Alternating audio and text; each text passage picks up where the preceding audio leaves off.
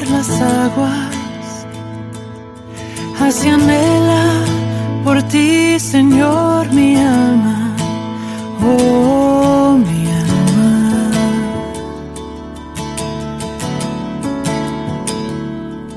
Como árbol plantado junto a agua. Y empezar a estudiar el siguiente libro que estamos llevando a cabo a través de la serie El Panorama Bíblico del Nuevo Testamento. Ese libro es el libro de Colosenses. Así es que si quiere empezar a estudiarlo, adelante para que se empiece a familiarizar con él. Y mientras tanto, mientras llegue ese día, pues continuamos con esta serie. La semana pasada, después de haber visto por 4 semanas 5 marcas que no garantizan a un verdadero cristiano, pues comenzamos a ver una marca distintiva, una señal que sí certifica, que sí garantiza de una manera contundente la autenticidad de nuestra fe. Y como bien vimos en la última prédica, el apóstol Pablo nos explicó a través del proceso progresivo de la salvación que encontramos, por ejemplo, en pasajes como Efesios 1:3 o Romanos 10, pues él nos dijo que a través de ese proceso progresivo de la salvación, el Espíritu Santo viene y nos certifica, viene y nos dice que verdaderamente Él es el indicador, Él es el indicio, Él es la señal que muestra que verdaderamente nosotros hemos nacido de nuevo. Y bueno, esto debe ser así porque es Dios quien sella a todos aquellos que creen en el Evangelio con su Espíritu Santo, demostrando que esa persona tuvo una fe verdadera, una fe salvífica. Y bueno, si usted recuerda, la semana pasada, después de ver múltiples pasajes bíblicos, terminamos la prédica concluyendo que lo que certifica, lo que legitima a un verdadero cristiano no es el haber hecho una oración en un altar, ni siquiera haber bajado a las aguas bautismales, ni haber hecho ningún rito similar a eso, ni tampoco haber mostrado o a través de tu diario vivir una buena conducta, ni saber mucha teología, ni mucho menos un apego emocional mostrado hacia Jesús, y menos el que predique su palabra. No, lo único que verdaderamente certifica que somos algo, es algo mucho más profundo, mucho más íntimo y además divino. Es la presencia del Espíritu Santo habitando y gobernando en nuestros corazones. Y bueno, usted recordará que citamos el pasaje de Gálatas, que me gustaría que lo viéramos nuevamente. Le leo los versículos 4 y 5 que no están ahí proyectados. Pero ahí el apóstol Pablo dice lo siguiente: pero cuando vino el tiempo o el cumplimiento del tiempo, Dios envió a su Hijo, nacido de mujer y nacido bajo la ley, y lo mandó con el siguiente propósito: para que redimiese a los que estaban bajo la ley, a fin de que recibieran la adopción de hijos. Versículo 6, y por cuanto sois hijos, Dios envió a vuestros corazones el Espíritu Santo de su Hijo, que no es otro espíritu que el Espíritu Santo de Dios, el cual clama: Abba, Padre. Así que ya no eres esclavo, sino que hijos. Y si hijos, también heredero de Dios, y sí, por medio de Cristo. Yo no sé si tú has notado el énfasis de Pablo, inspirado por el Espíritu Santo, de que todas las bendiciones que nosotros podamos ya gozar es simplemente por Cristo, por lo que Él hizo en la cruz del Calvario. Y eso es maravilloso porque la Biblia siempre pone a Cristo en el centro, porque Cristo es el todo, es Él quien se sacrificó, quien dio su vida en rescate por la nuestra, y nosotros reconocemos eso. Entonces, las Escrituras, como vemos, son claras a la hora de decirnos que es el Espíritu Santo la marca irrefutable e irrevocable también, de que nuestra fe es auténtica, lo cual significa que si es así, pues entonces somos salvos, ¿verdad? Obviamente. Y bueno, de allí nosotros levantamos una pregunta, diciendo: ¿cómo podemos saber que en realidad el Espíritu Santo mora en nosotros? Porque a la luz de que estamos viviendo en una época donde, debido a la propagación de las falsas doctrinas a través de falsos maestros, pues ya cualquier persona profesa, reclama, presume que tiene al Espíritu Santo morando en ellos. Y citan versículos como el que encontramos en Romanos: el Espíritu mismo da testimonio a mi espíritu de que sí soy hijo de Dios. Aun cuando no hay una relación íntima con Dios y no se refleja, o sea, en su diario vivir, en su conducta de todos los días. Y bueno, ante ese escenario lamentable planteamos la pregunta: ¿cómo podemos saber que en verdad el Espíritu Santo mora en mí?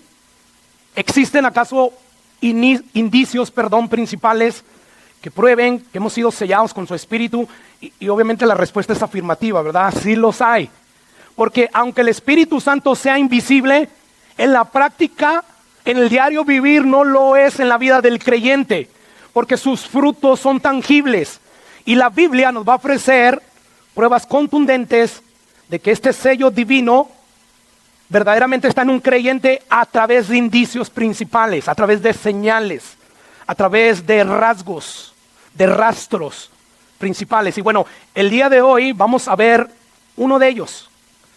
Este indicio va a demostrar que el Espíritu Santo habita en una persona. ¿Y cuál es ese indicio? Bueno, es el deseo sincero y constante de obedecer a Dios. Donde está el Espíritu Santo, ahí en esa persona siempre va a existir, y sobre todo cuando es recién convertido, un deseo sincero, no religioso, sincero y además constante, creciente en obedecer a Dios. Y bueno, antes de profundizar en esta realidad que nos presenta la Biblia, vamos a definir la palabra indicio, que es lo que voy a estar usando, que es una señal prácticamente. Pero un indicio es una señal o es un rastro que permite deducir la existencia de otra cosa que no se ve. Por ejemplo, imaginemos que vamos por un bosque lleno de árboles frondosos y de repente volteamos hacia arriba a la distancia y vemos ahí una columna de humo subiendo al cielo, creando una masa enorme de humo. Bueno, podemos concluir con absoluta certeza que aunque no vemos el fuego debido a los árboles frondosos, el fuego está allí. ¿Por qué? Porque la enorme masa de humo visible en el aire, ese es un indicio, esa es una señal inconfundible de que hay fuego dentro del bosque. Así que inevitablemente el medio ambiente nos va a decir que donde hay fuego ahí va a haber humo. Porque por naturaleza de los elementos, el fuego produce humo. Bueno, en la vida espiritual ocurre exactamente lo mismo según mi Biblia. El Espíritu Santo, aunque es invisible, aunque yo no puedo ir a tu ser y hacer una cirugía y abrirte y ver en tu corazón si está el Espíritu Santo, lo cierto es que aunque yo no puedo hacer eso, el Espíritu Santo da evidencias tangibles de que Él está dentro de nuestros corazones. Esto es una realidad. Él siempre produce señales que manifiestan visiblemente que Dios está obrando dentro de los creyentes. Tal como los incendios descontrolados o la quema controlada, todas ellas dejan visiblemente largos rastros de humo cuando el humo está ascendiendo. Bueno, asimismo la obediencia continua. Ella es el indicio visible que revela que la presencia invisible del Espíritu Santo está en el corazón de los verdaderos creyentes. Y bueno, en palabras más cortas podemos decir que así como el humo indica que hay fuego, o las huellas indican que alguien pasó por el camino, asimismo la obediencia continua es el indicio visible que revela una fe invisible pero real en el corazón. Por lo tanto, ese es el primer indicio de una fe genuina. Hay un deseo sincero y además constante de obedecer a Dios. Ahora, antes de ver algunos pasajes que van a corroborar esta verdad fundamental, que de seguro ya tienes varios en tu mente, bueno, es necesario aclarar que nosotros no obedecemos para ganarnos el favor de Dios, ni mucho menos la salvación, ¿verdad? Claro que no. Obedecemos por consecuencia de que la presencia del Espíritu Santo está en nosotros.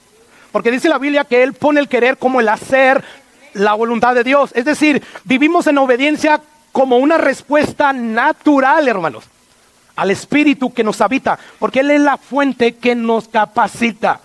Así como los buenos árboles saludables, que tienen buena savia y que son árboles frutales, no se esfuerzan para decir voy a dar fruto. Así nosotros nos esforzamos para alejarnos del pecado. Nos alejamos y nos esforzamos para ello. Pero a medida que tú estás pegado, conectado a la palabra de Dios, al Espíritu Santo, a Dios mismo, tú automáticamente empiezas a dar el fruto del Espíritu Santo, que se compone por varias virtudes: amor, gozo, paz, paciencia, benignidad, templanza, y virtudes como esas. Mira, ¿qué pasaría si yo me sumerjo totalmente en una piscina llena de agua? Obviamente, por consecuencia de haberme metido ahí, yo voy a salir empapado de agua. Bueno, asimismo, nuestra obediencia es la consecuencia de tener viviendo al Espíritu Santo en nosotros. Entonces, como vemos, no obedecemos para ganarnos la salvación, sino porque ya fuimos salvos. Y el Espíritu Santo está en nosotros porque Dios nos selló con Él. Lo cual quiere decir que es una respuesta natural, la obediencia que sale del Espíritu Santo que vive en nosotros. Y bueno, de hecho sabemos por todos los escritos del apóstol Pablo, incluida la carta a los romanos que estuvimos citando bastante la semana pasada, que la obediencia no es una condición para la salvación. No, de hecho, el hombre necesita salvación porque no obedece. O sea, la paga el pecado, y que pecado es no obedecer a Dios, ¿verdad? Bueno, es muerte. Entonces, el querer ganarte la salvación porque obedeces, eso es legalismo, y Jesús lo condenó grandemente. Jesús les dio ley siempre a los legalistas, y misericordia ¿a quiénes? A los humildes, constantemente a los fariseos, a los escribas. A todos ellos les dio que la ley fue estricto, fue duro. Pero un corazón contrito y humillado Dios no lo desprecia, y por eso Jesús siempre fue bueno con los humildes, siempre demostró gracia hacia ellos.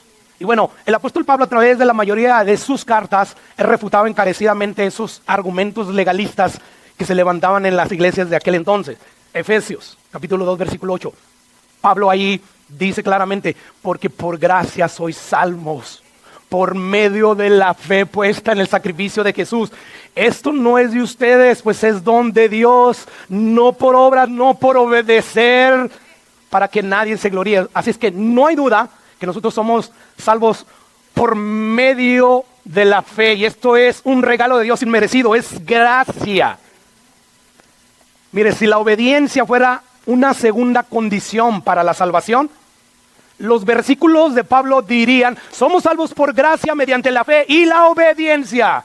Pero gloria al Señor que esto no es así, porque entonces nadie nos salvaríamos, porque Dios exige una obediencia perfecta, no una obediencia casi perfecta. No, un solo pecado causó que Dios destituyera a Adán y a Eva de su presencia. Entonces eso es lo que estamos diciendo. No se trata de licencia entonces para pecar, no, el Espíritu Santo que mora en ti, Él te lleva a desear santidad y no a querer vivir una vida licenciosa, que al cabo Jesús ya pagó por mis pecados. No, aparte que el Espíritu Santo te dice que eso no es así, la misma Biblia te lo dice. Entonces que como la gracia sobreabundó, persistiremos en el pecado. Y dice Pablo, de ninguna manera, no es así, ¿cómo crees? No puede ser así. Así es que somos salvos únicamente por medio de la fe. Y esta fe ciertamente es sola, ¿verdad? Pero como ya me he dicho anteriormente, esa fe no viene sola, hermanos. No, viene con un paquete. El Espíritu Santo está allí. El Espíritu Santo nos lleva a hacer buenas obras como resultado. Nunca para ganarnos la salvación, no. Jesús la ganó en la cruz del Calvario. Su sacrificio ahí fue suficiente para darnos una salvación completa, y es por eso que le damos toda la honra y toda la gloria a Él. Es por eso que en el Apocalipsis nos dice cómo termina la historia de Dios, adorando al Cordero, y fue inmolado por nuestros pecados. Entonces la fe, aunque es solo por lo que Jesús hizo en la cruz, siempre viene acompañada, ¿verdad?, de obras. Y esa obra empieza con el Espíritu Santo poniendo en los corazones ese deseo de querer vivir para la gloria de Dios. Y aunque nunca, de este lado del sol, nunca vamos a poder obedecerlo perfectamente, aún así vamos de gloria en gloria, de triunfo en triunfo, vamos creciendo. Entonces, queda bien claro, hermanos, que la obediencia que nace del Espíritu Santo no es una condición para la salvación, sino una consecuencia de haber sido salvo. Ahora, esto me lleva a una segunda cosa que quiero aclarar antes de continuar de este mismo primer indicio. Y es que la Biblia no está hablando de que el Espíritu nos capacita para vivir vidas perfectas. O sea, Él lo puede hacer, pero todavía está el viejo hombre. Todavía tenemos desliz. El mismo Pablo, el mejor apóstol, ¿verdad?, que tuvo Dios. Él mismo decía, yo sé que en mí mora el mal. Y a veces, o sea, quiero hacer lo que no quiero, o mejor dicho, no quiero hacer lo que no quiero y termino haciéndolo, y viceversa. Entonces Pablo nos está diciendo, no, hay una lucha aquí. Por lo tanto, este indicio nos está diciendo que nosotros, porque está el Espíritu Santo, entonces podemos vivir ya vidas perfectas. No, hermanos, más bien la Biblia nos habla de vivir coherentemente con esta realidad. O sea, la clave está en la sinceridad del corazón. Cuando Dios nos salvó, pasamos de justificar nuestros pecados, es que yo peco por esto, yo lo maté porque esta persona hizo esto y aquello, yo le fui infiel a mi esposa porque ella no me atiende o cosas como esas. O sea, pasamos de justificar nuestro pecado a tener un deseo genuino de alinearnos con la voluntad perfecta de Dios, levantándonos cuando caemos, cuando fallamos. Mire, permítame darles una ilustración que encaja perfectamente con lo que estamos hablando. Y yo creo que nos va a ayudar a entender la diferencia entre tropezar en la vida cristiana y vivir una vida sin fe real, que excusa constantemente el pecado. Mire, pensemos en una oveja y en un cerdo. Si un cerdo va caminando y ve un pozo lleno de lodo, adivine qué es lo que va a hacer ese cerdo por naturaleza. Debido a que le encanta, debido a que disfruta revolcarse en el lodo, él se va a lanzar directamente al lodo, porque su naturaleza lo incita irresistiblemente a revolcarse. Sin embargo, ¿qué pasa si una oveja va caminando y resbala en el mismo pozo de lodo? Bueno, la oveja por naturaleza no se va a quedar allí, se va a sentir incómoda. O sea, va a empezar a hacer su balido característico de ve pidiendo ayuda. Va a empezar a luchar por salirse de ese pozo. ¿Por qué, hermanos? Porque el lodo no es su hábitat natural. No. El pasto limpio lo es, ¿verdad? Bueno, nosotros antes de conocer a Cristo, por naturaleza, dice el apóstol Pablo en Efesios, estábamos sumergidos en el pecado, ¿verdad? Y Dios nos dio vida juntamente con Él cuando creímos. Bueno, antes de venir a Cristo, a nosotros nos encantaba revolcarnos en el pecado. Para algunos el pecado era cierta cosa y para otros otra cosa. No importa el nivel de pecado, lo escandaloso. El hecho es de que nosotros amábamos vivir revolcándonos en ese pecado. Pero cuando el Espíritu Santo llega a nuestras vidas, nosotros que estamos muertos en nuestros delitos y pecados, o sea, sumergidos allí, dice que cuando el Espíritu Santo llegó a nuestras vidas, Dios cambió nuestra naturaleza, que se deleitaba en el pecado, por una nueva naturaleza, una naturaleza de oveja. Y esto no significa que no vamos a resbalar, resbalamos. Cuando somos negligentes en mantener la llenura del Espíritu Santo, resbalamos, caemos. Cuando no velamos, cuando no oramos, nos volvemos espiritualmente débiles. Y entonces para Satanás atacarnos es fácil, nos volvemos presas fáciles para él. Así que, hermanos, esto no significa que nunca vamos a resbalar. Significa más bien que cuando caigamos en el lodo del pecado, no nos vamos a sentir cómodos. No vamos a disfrutar totalmente como lo disfrutábamos antes a ese pecado. O sea, nos va a doler de hecho pecar contra Dios. Y nuestro corazón sinceramente va a gritarle a Dios: perdóname, Señor, ayúdame, no quiero pecar contra ti. Y lucharemos, obviamente con la asistencia del Espíritu Santo, para salir inmediatamente del pecado. Así que vemos pues esto de desear sinceramente y constantemente obedecer a Dios es el indicio de una fe real. Yo creo que es el primer indicio, por lo que vamos a leer ahorita en Ezequiel, de que Dios iba a enviar el Espíritu Santo precisamente para hacerlos obedecer a todos aquellos que creyeran el mensaje de Jesús. Porque a través de todo el Testamento Dios demostró que no hay nadie que le quiera obedecer a menos que Él haga un cambio en el interior de las personas. Lo van a obedecer. Que Dios hiciera con ellos, qué bendición les diera. Imagínate a Adán y a Eva, les dio todo. Hablaban, tenían comunión personalmente con Dios. Y aún así, ellos prefirieron ser como Dios. O sea, soberanos. No me dictes qué es lo que yo tenga que hacer. No, yo quiero ser yo. Pero obviamente todo aquel que quiere ser como Dios, ¿verdad? Pues Dios termina condenando a esos seres. Y bueno, esto fue lo que le pasó a Adán y a Eva. Así que, hermanos, perdón, no estamos hablando de que como el Espíritu Santo está en nosotros nunca vamos a pecar. No. Estamos hablando de congruencia. De que si nosotros decimos o presumimos, declaramos, profesamos que el Espíritu Santo está en nosotros, pues entonces debe de haber una congruencia. Debemos de vivir de acuerdo a como Jesús anduvo, como Jesús vivió. Como el Espíritu Santo nos pide que vivamos. Pues estamos hablando de entender la diferencia entre un tropiezo o una debilidad de un cristiano genuino y una vida que simplemente practica el pecado sin remordimiento. Entonces podemos concluir que así como las cosas naturales siempre dejan señales, rastros, indicios, como por ejemplo el aroma de un café cuando te levantas por la mañana, ¿verdad? Eva no me tiene que decir que hizo un café, que se está tomando un café. Hay indicios. Hay un olor, un aroma increíble a café, ¿verdad? A los que nos gusta el café por la mañana.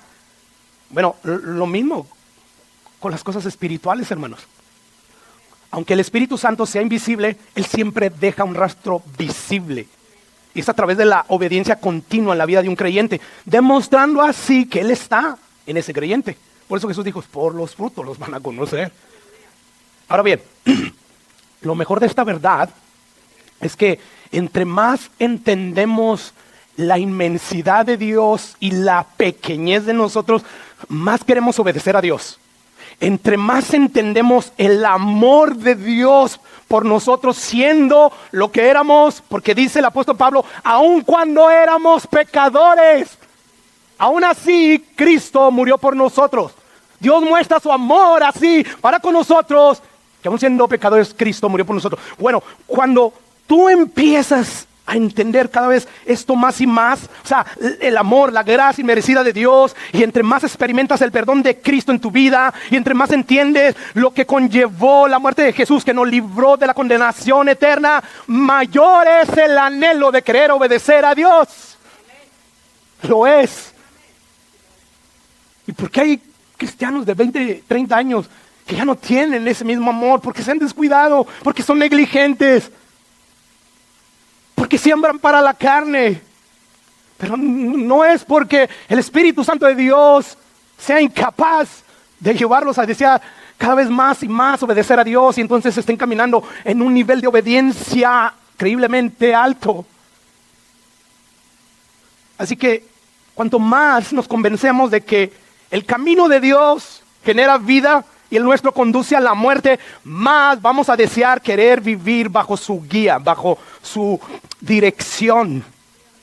Y mira, cuando entendemos bien esto, hermanos, de que la obediencia que nace de esa fe verdadera, cuando entendemos que ciertamente nosotros no queremos salvarnos para ganarnos la salvación, o no le obedecemos a Dios para ganar la salvación, nosotros nos estamos protegiendo del legalismo. ¿Y sabes qué? ¿De qué también? De la permisividad. De que al cabo Cristo ya murió por mis pecados. Al fin y al cabo Él me va a perdonar. Pues entonces dicen algunas personas, una vez salvo, salvo para siempre. Vivamos como queramos, dirijamos nuestras vidas a nuestro antojo. Al fin y al cabo Cristo ya pagó por nuestros pecados. El problema de este razonamiento erróneo y además diabólico, porque viene del diablo. El diablo quiere que vivas en pecado. Eso viene del diablo. Y bueno, el problema de este razonamiento errado es que la Biblia enseña que donde está el Espíritu Santo de Dios hay libertad de la esclavitud del pecado. Así que todos aquellos que presumen que tienen el Espíritu Santo morando en ellos y continúan habituados al pecado, como Juan lo pone, practicando el pecado, por más que reclamen con toda la sinceridad del mundo, con toda la pasión del mundo que son hijos de Dios, no lo son. Porque, escuche, así como nadie puede sentarse bajo una cascada de agua y quedarse seco, así como si fuera posible ponerte a ti debajo de las cascadas del Niágara y quedarte seco, como eso es imposible. Bueno, de la misma manera, es imposible que el Espíritu Santo viva en ti y no muestres obediencia a los mandamientos de Dios. El indicio de que el Espíritu Santo está en nuestras vidas es una obediencia continua. O sea, nadie puede tener al Espíritu Santo de Dios en su vida y permanecer sumido, habituado al pecado. Escucha cómo el apóstol Juan nos dice esto claramente. Dice él en su primera carta, capítulo 3, versículo 8 en adelante. Él dice, en esto se manifiestan los hijos de Dios y los del diablo. Juan sabía de este problema, que dentro de las iglesias habían personas verdaderas y falsas. Personas con una fe falsa y otras verdaderas. Y él dice, esta carta es para eso, para que puedan distinguir y para que puedan examinarse ustedes. Así se manifiestan los hijos del diablo. Así se manifiestan los hijos de Dios. Y aplicándolo a nuestro punto, es como si Pablo dijera, así se sabe si alguien tiene el Espíritu Santo o no lo tiene. ¿Y qué dice? El que practica el pecado, como el deportista que practica un deporte, y sobre todo los profesionales, está pensando en el deporte, va y practica en su cancha el deporte porque quiere hacerse mejor y mejor. Bueno, es ese verbo que está aplicando ahí Juan, el que practica, el que está habituado al pecado, no el que cae en el pecado ocasionalmente, sino el que está, satisfecho, está disfrutando su vida de pecado. ¿Qué dice? Todos somos hijos de Dios, según tú, no según la Biblia. Según este libro, todos aquellos que aceptaron a Jesús, que creyeron en Él, a ellos y no a otros les dio el derecho de ser llamados hijos de Dios. Somos hijos de Dios, o nos convertimos en hijos de Dios cuando creemos en Jesús. Entonces el Espíritu Santo viene a nosotros. Entonces dice ahí Juan, el que practica el pecado es del diablo, porque el diablo peca desde el principio. Y además, para esto apareció el Hijo de Dios, para esto vino a la tierra. ¿Para qué? Vino para deshacer las obras del diablo. Vino para deshacer la esclavitud del pecado, a la cual todo ser humano estaba sumergido. Estamos antes, dice la Biblia, muertos en nuestros delitos y pecados. Que nadie nos saque de aquí. Aquí queremos estar. Sí, diferentes niveles de pecado, pero pecado es pecado. Todos aquellos que no se justifiquen por el sacrificio de Jesús, aunque hayan cometido un solo pecado, ese pecado los va a llevar al mismo lugar, al infierno. Quizás ahí van a haber diferentes grados de castigo, pero van a estar en el mismo lugar, el infierno. Entonces, para eso vino Jesús, para deshacer las obras del diablo. El diablo quería mantener al hombre en pecado. ¿Recuerdas que quiso hacer que cayera Jesús en pecado? El diablo llevó a Adán y Eva a que permanecieran en pecado, pero Jesús apareció para ponerle un hasta aquí. ¿Y cómo lo hizo? Primeramente murió por nuestros pecados. Alguien tenía que pagar por esos pecados.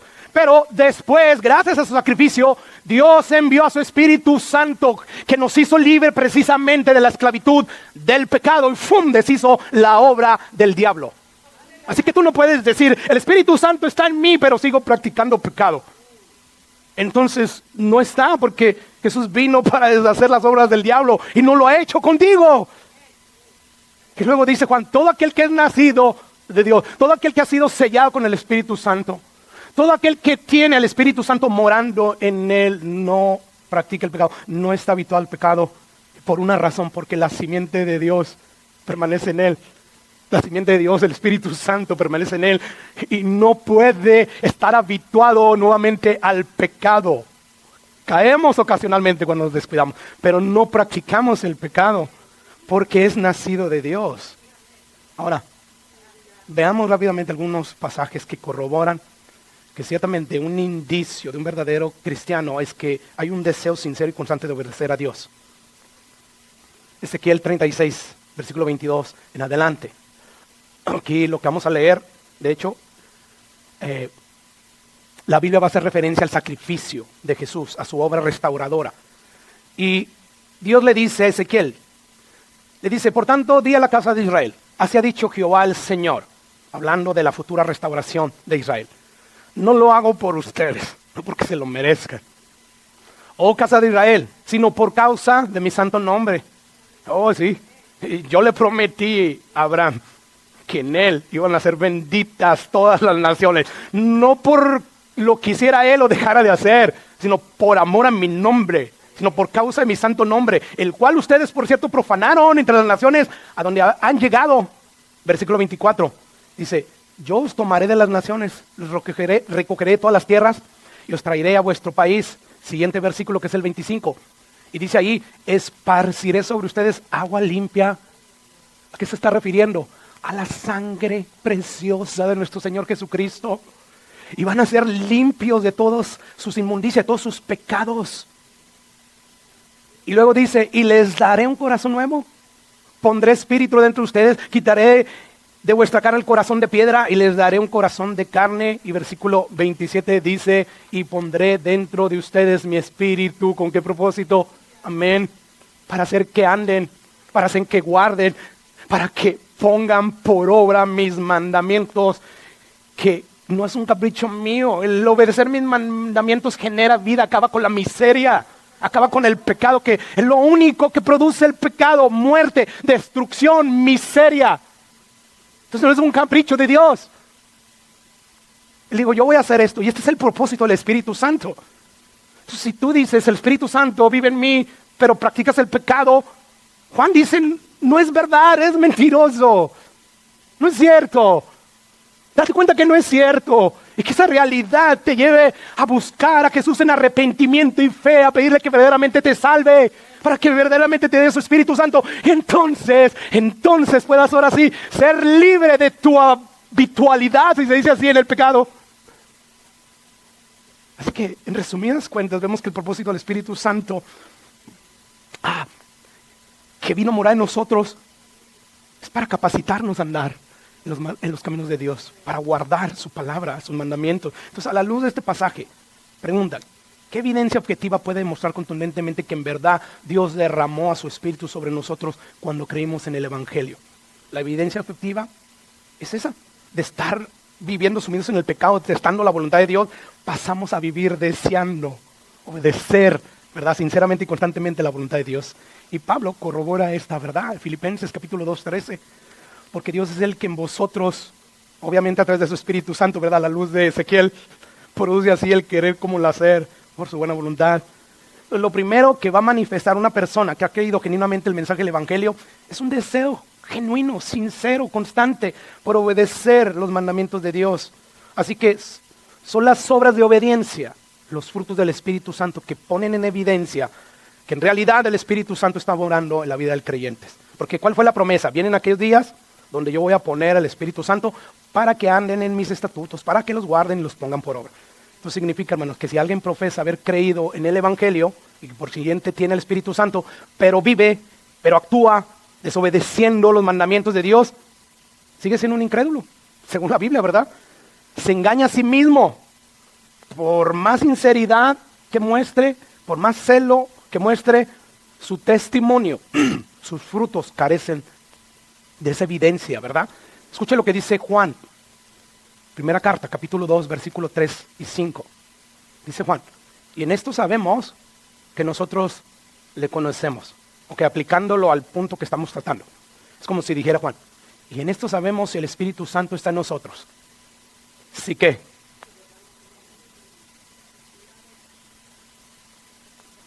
Y luego dice Juan, el que dice yo lo conozco, el que dice yo tengo al Espíritu Santo, mora en mí, está habituado al pecado y no hay una obediencia continua, no hay una transformación continua. No estamos diciendo y no hay una perfección, porque no hay perfección, pero sí hay un crecimiento continuo. Vamos pareciéndonos cada vez más y más a Jesús. ¿Te das cuenta? Así que he ahí el primer indicio, el primer indicador que nos muestra que en verdad el Espíritu Santo mora en una persona. Y bueno, yo planeaba ver otros dos indicadores. Sin embargo, sentí de parte de Dios detenerme ahí para hablar acerca de esa realidad gloriosa de que el Espíritu Santo de Dios está en nosotros. Muchas veces pasamos por alto eso, lo olvidamos. Las implicaciones que hay detrás de esa verdad gloriosa. Así que Dios mediante las próximas semanas veremos otros indicadores. Pero quiero abrir un nuevo punto, totalmente diferente a lo que estamos viendo. Y quiero empezar recordándoles que de todas las bendiciones que tenemos gracias a Jesús, la mayor de ellas es la presencia del Espíritu Santo morando en nosotros. Escucha lo que dice Juan 14, versículo 16 y 17. Dice Jesús, están tristes sus discípulos porque lo dejaron todo y no entiende todo lo que Jesús les había dicho que iba a suceder. A pesar de que les dio señales que certificaban que verdaderamente era el Hijo de Dios, el Cristo, pero ellos aún así están tristes porque saben que Jesús se va a ir y Jesús en medio de su tristeza trata de consolarlos y les asegura lo siguiente, les dice, yo le voy a rogar al Padre y como yo le voy a rogar al Padre, a mí nada, o sea, no hay nada que yo le pida al Padre y no me lo dé, por lo tanto les va a dar y dice otro consolador. Y quiero explicar algunas palabras que encontramos en ese pasaje. Esa palabra consolador En el griego original, la palabra paracletos, lo que significa literalmente es alguien que camina al lado tuyo, el paracletos. Y dice allí Jesús, yo le voy a rogar al Padre que les dé otro paracletos. O sea, otro al igual que yo ya me voy.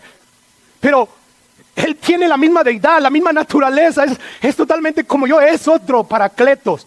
Yo anduve con ustedes al lado.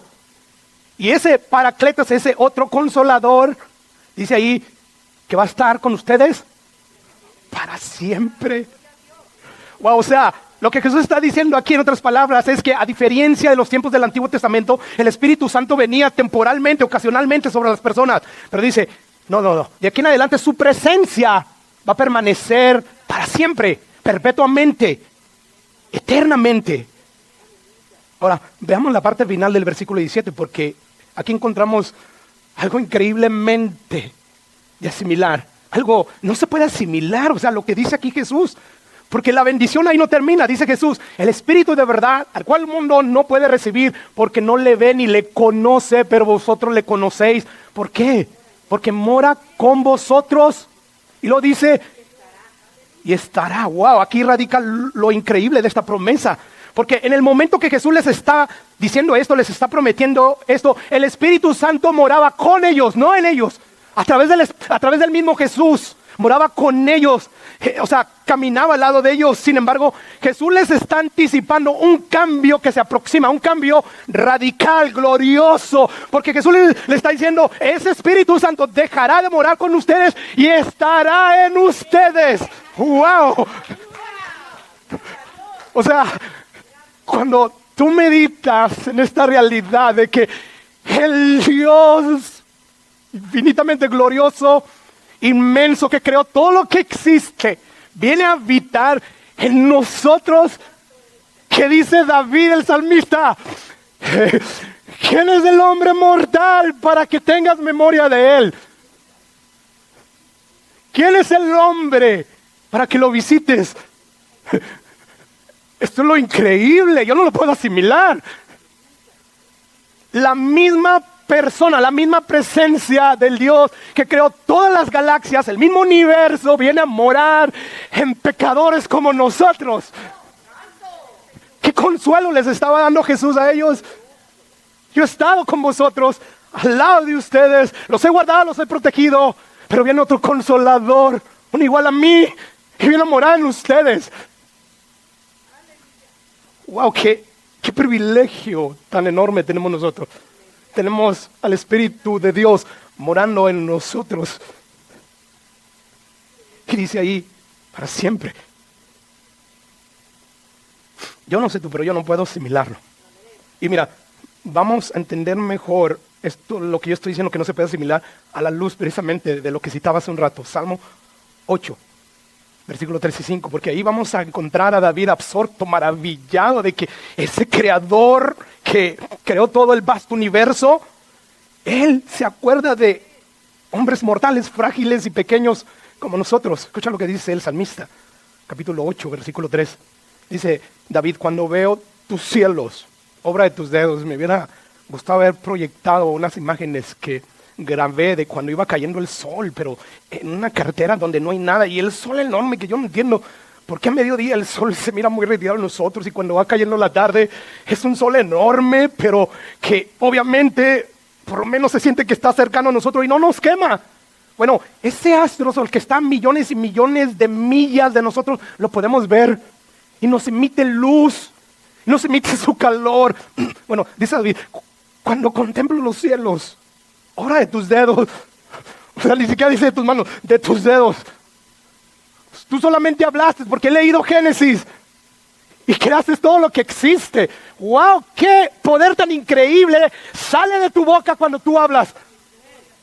Cuando yo medito en eso, digo, ¿qué es el hombre? ¿Qué es César? ¿Qué es Tony? ¿Qué es Olivia? Todos los que estamos aquí, para que te acuerdes de ellos, para que estés pensando en ellos día a día. ¿Quiénes somos? ¿Quiénes somos? ¿Quién es el Hijo del Hombre para que los visites? A través de Jesús, a través de su ángel.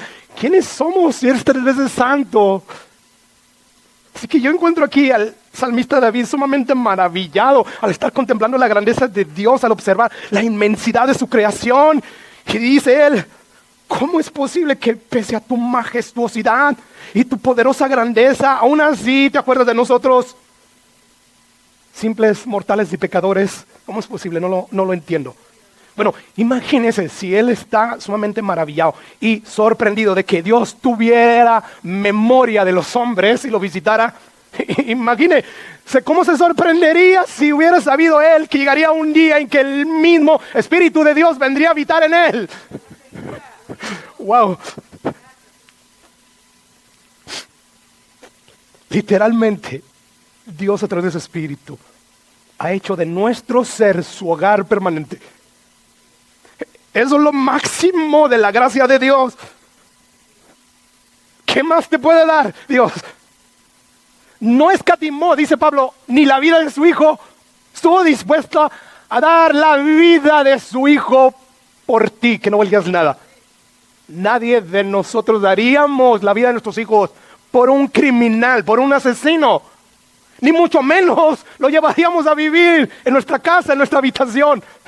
Pero Dios hizo eso y que ese ejemplo queda miserablemente corto.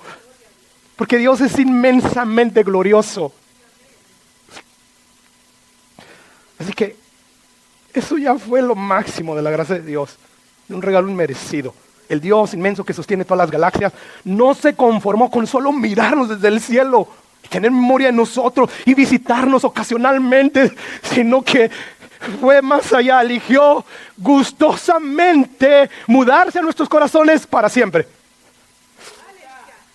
O sea, detente solamente un momento para que medites en eso. Hay una diferencia abismal entre que alguien camine al lado tuyo a alguien que vive dentro de ti, ¿verdad? Si tú tienes un buen amigo y te acompaña a donde quiera que vas, él va a tu lado. Cuando terminan el paseo, el recorrido, regresan a casa y cada quien se regresa a su casa. Tú llegas a tu propia casa, él a su propia casa y tú vas a tu habitación y ese amigo ya no está ahí contigo.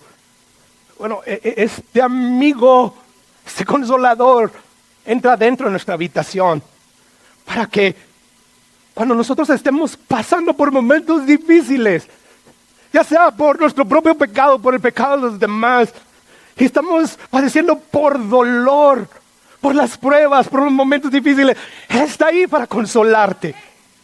Él está ahí para fortalecerte. Qué increíble privilegio tenemos nosotros los cristianos. Ahí está Él, lo más íntimo, en nuestro corazón. Él no solamente camina a nuestro lado, no, Él está dentro de nosotros. Él no es un visitante ocasional, no, Él vive allí. Su residencia está en nosotros permanentemente. Así que esto nos recuerda que no solamente somos hijos de Dios. No. Somos templos vivos de su Espíritu Santo. Yo no sé si tú te hayas sentido nada o abandonado, y sobre todo en la época que hemos estado viviendo últimamente en este mundo. Porque hay tantas cosas que te pueden abrumar, que te pueden desgastar, que te pueden llevar al hastío de decir, ya no quiero vivir, ya quiero salir de tantos problemas. Y nos sentimos cargados. A veces nos sentimos solos. Pero Dios nos está recordando a través de estos pasajes que solamente basta con mirar al cielo, que se hace en una noche despejada donde hay estrellas y empezar a contemplar esos astros. Y empezar a decir, esos astros los creó Dios. Eso nos va a ayudar a recordar que Dios está en nosotros. A veces pensamos, Dios me habrá ya abandonado porque he estado viviendo así, así. Si eres un verdadero hijo de Dios, Dios no abandona. Claro que no. ¿Quién nos separará del amor de Cristo? Nada, no hay nada. Pablo enlista todo lo que se le viene a la mente. Y por si acaso, dice Pablo, si se me olvidó mencionar algo, ni ninguna cosa creada nos podrá separar del amor de Cristo. No hay nada, en Él estamos seguros. Así que es un gran privilegio tener al Espíritu Santo morando en nosotros. Y Dios hoy nos está recordando que Dios no solamente te mira desde la distancia, Él te mira desde tu interior y te deja saber, aquí estoy, aquí estoy. Así que si tú te sientes a veces invisible, que nadie te pela y estás consumido por tanto problema, aplastado por tu enfermedad, Dios te está recordando a ti que Él ha prometido nunca, nunca abandonarte. Escucha lo que dice Hebreos 13:6. Dice Hebreos: puesto que Cristo ya nos redimió de la maldición, el Espíritu Santo vive en nosotros, de manera que podemos decir confiadamente, el Señor es mi ayudador, no temeré lo que me pueda hacer el hombre. Él es nuestro ayudador, Él es quien nos consuela, Él es quien nos sustenta. Ahora, estos pasajes no solamente nos recuerdan lo privilegiado que somos, no solamente nos recuerda eso, también nos recuerda que este enorme privilegio conlleva una enorme responsabilidad, hermanos. Y es por eso que el apóstol Pablo nos exhorta con vehemencia a glorificar a Dios en nuestros propios cuerpos y en nuestro espíritu, los cuales, dice él, son templo o son de Dios. Escucha lo que dice 1 Corintios capítulo 6, versículo 19. Dice Pablo: ¿ignoran que su cuerpo es templo del Espíritu Santo, el cual está en vosotros, el cual tienen de Dios, y que no sois vuestros? Versículo 20, porque habéis sido comprados por precio, no cualquier precio, por el precio de la vida de Jesucristo. Por ello, dice, glorifiquen entonces a Dios en sus cuerpos, en su espíritu, los cuales son de Dios. En la antigüedad, el templo era lo más sagrado y sobre todo el lugar santísimo, así que nadie entraba al templo a la ligera, hermanos. No, porque, y sobre todo el lugar santísimo, los consumía Dios, porque había pecado, había que hacer ciertos rituales, ciertos sacrificios. Bueno, hoy en día ya no hay templo. Dios sacó a su Espíritu Santo del templo y lo puso ahora en nosotros. Nosotros somos parte de ese templo. Por lo tanto, eso nos habla, hermanos, de que cuando tú llevas tu cuerpo a un lugar de pecado, tú estás metiendo ahí el Espíritu Santo. Cada vez que tú permites que tu mente se llene de pornografía, de rencor, de chisme, de amargura, tú estás ensuciando el santuario de Dios. Y no podemos llegar el día del Señor como si nada y cantar alabanzas con esa misma boca con la cual quizás maldecimos, con la cual quizás la usamos para pelear contra mi mismo hermano que es miembro del cuerpo de Cristo. O sea, Pablo nos está diciendo aquí: tú ya no eres el dueño de tu cuerpo, fuiste comprado a precio de sangre, ahora tú eres un templo vivo. ¿Qué significa esto?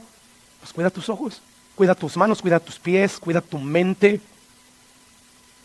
Mira, vamos a pensar en lo siguiente. Imagine por un momento que un rey, el rey de España o cualquier otro gobernador, cualquier otro presidente de tu nación, te llama por teléfono y te dice: he decidido visitarte. Es más, he decidido mudarme a tu casa con todos mis tiliches. ¿Qué harías tú? Seguramente empezarías a limpiar cada rincón de tu casa. Sacarías la basura, pintarías las paredes descarapeladas, despintadas. Te asegurarías de dejar en buenas condiciones tu hogar. Quieres darle lo mejor a esa persona. Bueno, la persona que vive en nosotros es mucho más grande, infinitamente más grande que cualquier presidente. Y Él espera, dice Pablo, que glorifiquemos con nuestros cuerpos a Dios al mantenerlos santos. ¿Te das cuenta cómo no es una vez salvo y salvo para siempre? No, hay que luchar. Hay que luchar contra el pecado que todavía mora en nosotros. Hay un enemigo, es verdad, pero hay un enemigo que vive dentro de nosotros. Va donde quiera que vamos, es la carne. Y manifiesta son las obras de la carne, ¿verdad? Pleitos, disensiones, adulterios, todas esas cosas. La única manera en que podemos detener las obras de la carne es precisamente dejando que el Espíritu Santo viva en nosotros cómodamente. Entonces hay un llamado a hacer morir lo terrenal. Hay una responsabilidad con este enorme privilegio que tenemos de que el Espíritu Santo de Dios mora en nosotros y podemos invocar su nombre y Él nos escucha y está ahí para ayudarnos. Bueno, con este enorme privilegio conlleva una enorme responsabilidad. Por lo tanto, hermano, no podemos recibir el regalo, ¿verdad?, de su presencia en nosotros y seguir viviendo como si no hubiera existido o habido ese cambio. No, si en verdad el Dios 3 veces santo mora en ti a través de su Espíritu, debemos de andar, como dice Juan, como Jesús anduvo. Así que a la luz de estas dos verdades, ¿cuáles dos verdades? Este enorme privilegio que tenemos de que el Espíritu Santo vive en nosotros y de que tenemos nosotros una enorme responsabilidad de mantener limpio este cuerpo. A la luz de todo eso, hermanos, nosotros tenemos dos llamados en esta hora. Nosotros los que tenemos el Espíritu Santo. Número uno, ¿qué nos está diciendo Dios? Apártate del pecado, límpiate. El Espíritu Santo de Dios está ahí. Y número dos, si tú has estado en constante dificultad, en constantes pruebas, que ya estás agotado, estás debilitado, porque el ataque del enemigo, el ataque de tu carne, de los tuyos, bueno, ¿qué es lo que te está diciendo Dios? Levántate, anímate, porque el mismo Espíritu que resucitó a Jesús está en ti. Levántate en victoria. Estás en pecado, levántate. El Espíritu de Dios está en nosotros. No se trata de esto de solamente citar estos pasajes para sentirnos culpables y condenados. No, se trata de que esto nos ayude a levantarnos, a dejar de estar viviendo como estamos viviendo, para que entonces podamos nosotros disfrutar, experimentar el gozo verdadero y perpetuo que sale precisamente de estar bien con Dios, de estar bien con el Espíritu Santo. Así que para terminar, quiero traer unas aplicaciones. Primeramente, para el primer punto, para aquellos que al ver la primera mitad de esta predicación se dieron cuenta que no tienen el Espíritu Santo. O sea, habiendo comprendido por los pasajes que vimos que la verdadera fe siempre produce frutos visibles, es momento de traer esto para aplicarla a tu corazón. O sea, es momento de mirar la palabra de Dios como un espejo y decir, bueno, ¿cuáles son mis indicios? ¿Cuáles son los rastros, mis huellas que están dando, que están dejando mi modo de vivir? Te pregunto, si alguien mirara tu vida diaria de secreto, de lo que tú haces cuando nadie te ve, yo te pregunto, ¿encontraría este indicio que contundentemente prueba que en verdad el Espíritu Santo está en ti? ¿Encontraría que tu corazón está constante y sinceramente dispuesto a obedecer a Dios? ¿O encontraría lo opuesto? Si tú al examinarte descubres que tu fe carece de obediencia y te das cuenta de que nada ha cambiado en tu vida, que no hay manifestación de obediencia, no hay deseo de conocer a Dios, no hay amor por Él, no hay hambre de su palabra en tu corazón, no hay deseo ni siquiera de orar, ni convicción de pecado cuando pecas, no hay gozo ni asombro al adorarlo, tienes que afrontar la alta posibilidad que existe de que tu fe no es verdadera. Y Dios te invita a arrepentirte. Dios te invita a creer en el Evangelio que anuncia esa buena noticia de que Jesús murió por tus pecados. Te invita a venir a Él en arrepentimiento y fe. Así que pídele a Él que sea no solamente tu Salvador, sino tu Señor. Que te dé ese nuevo corazón para que le puedas obedecer. Pídele eso. Y de hecho Jesús va a hacer eso y mucho más. Dice la Biblia, yo lo cito constantemente, un corazón contrito y humillado Dios no lo desprecia. El brazo del Señor no se ha cortado para salvar. Leíamos en Romanos, todo aquel que invocar el nombre del Señor, invoca el nombre del Señor. Tú solo. Si ves que ese es tu problema, necesitas ayuda, háblanos. Te ayudamos. Debe de haber un corazón dispuesto a hacer eso. Si tú no estás dispuesto y sabes bien que no tienes al Espíritu Santo, significa que tú no estás creyendo completamente el mensaje del Evangelio que te dice que un día vas a morir. Y si tú no dejaste que Jesús perdonara tus pecados en la cruz del Calvario, tú vas a pagar por tus pecados en esa condenación eterna. Tú no estás creyendo ese mensaje. Dile a Dios que te ayude. Inclusive los discípulos le dijeron a Jesús en una ocasión, aumenta mi fe, aumenta mi fe. O sea, se puede llegar delante de Dios y decir, no creo en esto, pero aumenta mi fe, ayúdame a creer. Él está ahí. El más preocupado de que tú seas salvo es Dios, no somos ni nosotros mismos. Así que Dios no te está pidiendo a ti que intentes fortalecer tu fe. No, lo que Él te está pidiendo es que entregues tu vida a su señorío, que te rindas a Él y recibas por gracia, mediante la fe en Jesús, su salvación, su amor y todo aquello que Él tiene para darte. Y bueno, para nosotros que ya tenemos al Espíritu Santo, recordemos, hermanos, Dios no está buscando perfección en nosotros, que debemos de buscar la perfección. No. Dios está buscando corazones sinceros, que cuando fallen, en vez de alejarse de Dios, corran a la cruz a esconderse en ella, pidiéndole perdón a Dios. Así que si últimamente, inclusive en este momento, te sientes sin deseo de obedecer a Dios, ese deseo se ha apagado, hay mucha apatía en ti, te has olvidado de que eres templo del Espíritu Santo y por eso vives como estás viviendo, solo vuelve a mirar a la cruz. Solo recuerda lo que Jesús hizo por ti en la cruz del Calvario. Recuerda que Él obedeció perfectamente a su Padre para rescatarte, para darte vida. Y deja que su gracia vuelva a encender ese fuego ahí en tu corazón. Lo más seguro que el día de mañana, si tú haces eso, vas a empezar a ver nuevos indicios, nuevas señales de que Jesús está ahí en tu vida nuevamente, a través de su Espíritu despertado. Por eso que Pablo nos llama a no contristar al Espíritu Santo, a no apagarlo. ¿Por qué no te pones de pie y vamos a orar? Padre precioso,